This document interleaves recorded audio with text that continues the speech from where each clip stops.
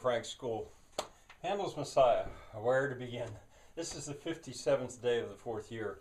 And I'm teaching through, or I'm guiding the viewing and the hearing of choral music, Baroque choral music for the Advent and Christmas season. Handel's Messiah. Here's my score.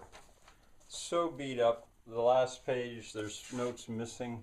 I don't know. This probably isn't the first one I ever got. I probably, the cover's gone, but you can see how old it is.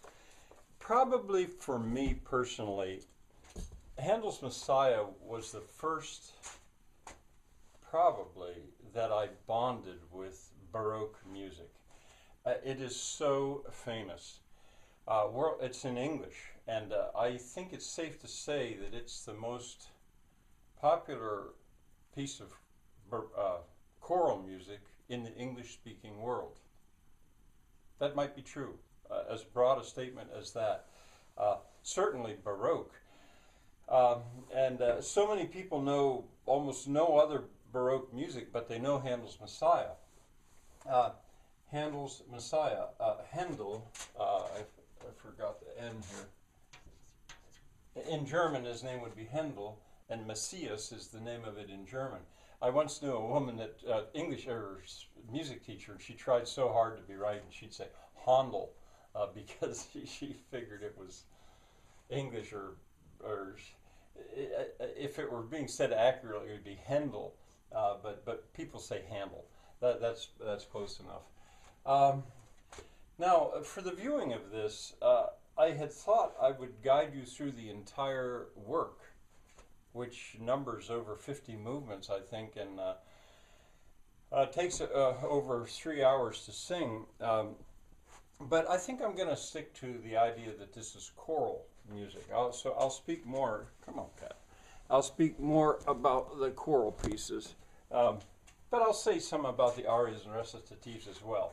Now, as you're going through this, I had determined that I would use Christopher Hogwood's version, where he's conducting in Westminster Abbey. Many years ago, I found out that just this year, Christopher Hogwood has died. Hogwood has died. His name was enormous. There is still in Baroque music. I like that. I didn't think there would ever be a better one than that. It's in Westminster Abbey. The size of the orchestra is right. The size of the choir is right. The choir is all men and boys. Now, I'm not sure that actually would be accurate for back in Handel's time. Women certainly did the soloist part. And I think at that time, too, women were singing soprano and alto parts, I'm quite sure, by the time of Handel. But in any case, I'll give the link. But much to my amazement, I found one that I think I like even better. I have not yet been able to find out where it is or who the conductor is, but I'll give you the link. It was uploaded there's only been 14 views of it. There were only 10 when I went on there and looked the other day. December 5th, 2014, so just last week, it was uploaded. Here's the channels, soprano Handel. I have some suspicion that this is a Spanish channel, but I'm not sure. All right, I'll give those two links. Either one, you can't go wrong.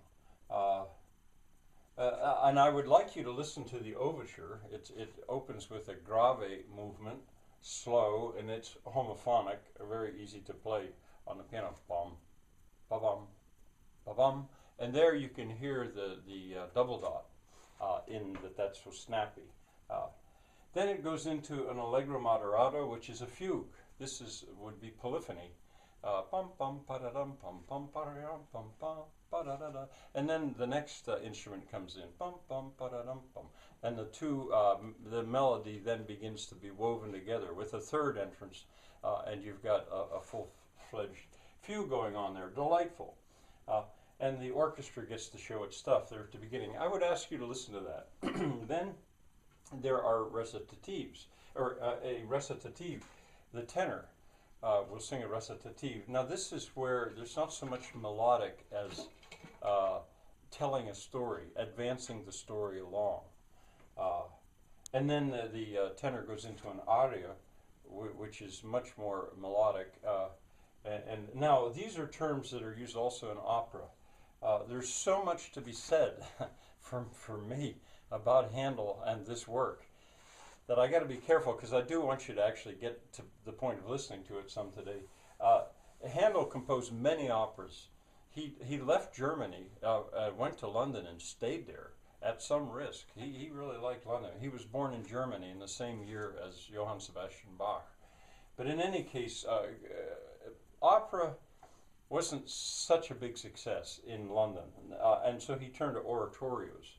And he wrote several, but most people could not name any other oratorio of his besides Messiah.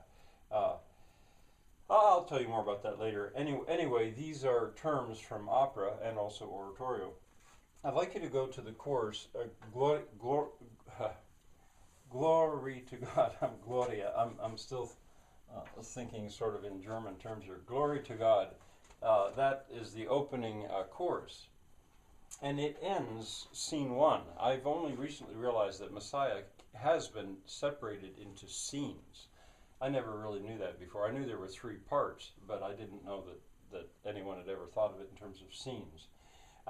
There's the time, if you wanted to skip this, or listen to the overture and skip the tenor parts, there's the time in Hogwood's version, I think. But it would be close in this one as well.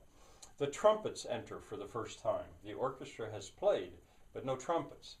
I laugh a little bit because in one of the performances we did, I've conducted this, I don't know, 10 times. I sang in it as a boy beside my father in the bass section when I was in high school. So I know this work so well, and I could maybe tell you more about that later on. But one of the times, I think it was the second time it was ever performed in Bedford, it was at Trinity Lutheran Church, and one of my sopranos was standing there, and she had no idea that I had convinced 2 music teachers to play trumpet. And one was in the lectern and one was in the pulpit, and she didn't know that. And when I gave the downbeat for Glory to God, the trumpets let loose right above her head. But that's sort of the effect that Handel wanted in a way too, because he saves the trumpets and the chorus for right there, Glory to God. Now there is and peace on earth. It drops an octave. There's symbolism. I don't want to talk this to death, and I certainly want to get you listening to it. I'd like to point out that the director can almost be considered a dancer. And the dance of Christopher Hogwood is so different from the dance of this director, which I still need to find out. I don't like the fact that this director uses a baton. I don't know why he would have to with such a small group. But anyway, he danced. I do like the fact that he cues in the entrances. I haven't watched the whole thing, but very often I can't say he cues every single entrance in. Christopher Hogwood tended to not do that. He tended to conduct with both hands like this and keep the tempo going and not cue in. I think as a dancer, a director is more fun to watch, and he helps an audience too, to see where the action is coming from. The tempos are lively. I think in the past, and I should say, Handel's Messiah is almost a sacrificial lamb. It's sort of butchered all over the world because people love it so much that amateur choirs perform it, community choirs perform it. Sometimes very well, I think. Here in Bedford, for example, they do a very good job of it for an amateur choir. Now, the soloists are usually professionals that are brought in, and they are here in Bedford when they do it in town. When I do it, I would not. I would use local people. But the tempos now are lively. I don't know if I've ever heard one that I thought was too lively, too fast. I'm not sure. But there was a time where they were not done so fast. But I think in the last 30 years or so, they changed their mind about Baroque music, and they thought that some of these were done. Now, in any case, now tempos tend to be up. I like that. And Christopher Hogwood, he's conducting in one. Glory to God, Glory to God. One downbeat per measure. But then if you watch him, he goes into 3. The tempo is 3/4, and as he comes to the end, there's a little bit of a retard at the end. He goes into 3. Now I haven't watched this one enough to remember if he's conducting this one in 3 the whole time or not, but something to watch for. As I say, it's way too much to say right now, but at least I've got it going, and I urge you now to go to one of these 2, and I would certainly understand it if you just liked it so much that you just let it go. That's fine. You won't be offending me, but I'm going to be talking about every course in parts 1 and 3. I'm going to skip 2 for now, and I'll explain why later, most of 2. Bye for now.